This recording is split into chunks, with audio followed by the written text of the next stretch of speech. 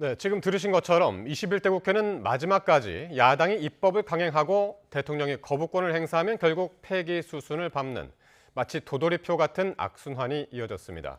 앞서 보신 전세 사기 특별법 등 쟁점 법안들을 놓고도 국민의힘은 대통령 거부권이 입법 폭주를 막기 위한 불가피한 조치라고 주장을 했고, 민주당은 22대 국회에서 재발의하겠다며 또다시 강공을 예고했습니다. 이준엽 기자입니다.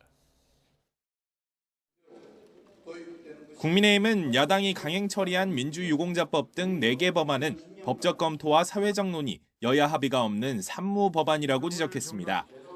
민주당의 일방적인 입법 독주와 횡포를 막기 위해 거부권은 어쩔 수 없는 거라며 윤석열 대통령에 힘을 실었습니다.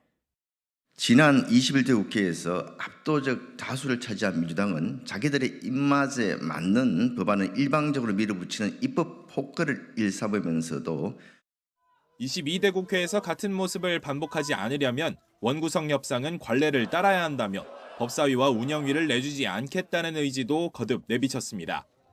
반면 민주당은 윤 대통령이 말로는 민생이 최우선이라 외치고 실제로는 민생 법안을 외면하고 있다고 날을 세웠습니다.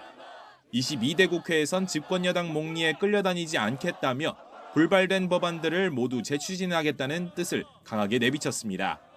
민주유공자법을 비롯한 법안들에 대해 거부권을 행사하지 말라고 윤석열 대통령에게 경고합니다. 계속되는 거부권 행사는 정권의 몰락만 앞당길 뿐입니다.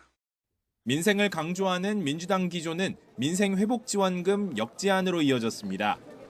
이재명 대표가 그동안 주장했던 전국민 보편 지원에서 한 발 물러서 여권에서 검토 가능하다 했던 차등 지급안을 수용하겠다고 밝힌 겁니다.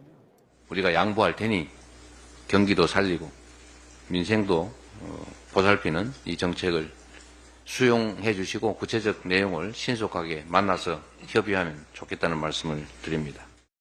국민의힘은 일단 반대의 뜻을 거듭 나타냈는데 개개인의 형편을 고려하지 않고 재원을 투입하는 건 비효율적이라는 기존 입장을 반복했습니다. 이재명 대표가 민생회복지원금 관련해서 이 차등 지원도 저희가 필요하겠다 이런 식으로 밝혔는데 민생지원금과 관련한 입장은 저희들이 여러 차례 말씀을 드렸습니다. 그걸로 대신하겠습니다. 다만 이 대표의 새로운 제안에 내부적으로는 대응 방안을 모색하는 분위기도 엿보입니다.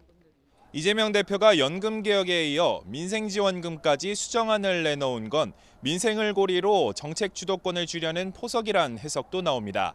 국민의힘은 국가 재정은 고려하지 않은 채 입법 독주를 물타기하려는 행보라며 곱지 않은 시선을 거두지 않고 있습니다. YTN 이준엽입니다.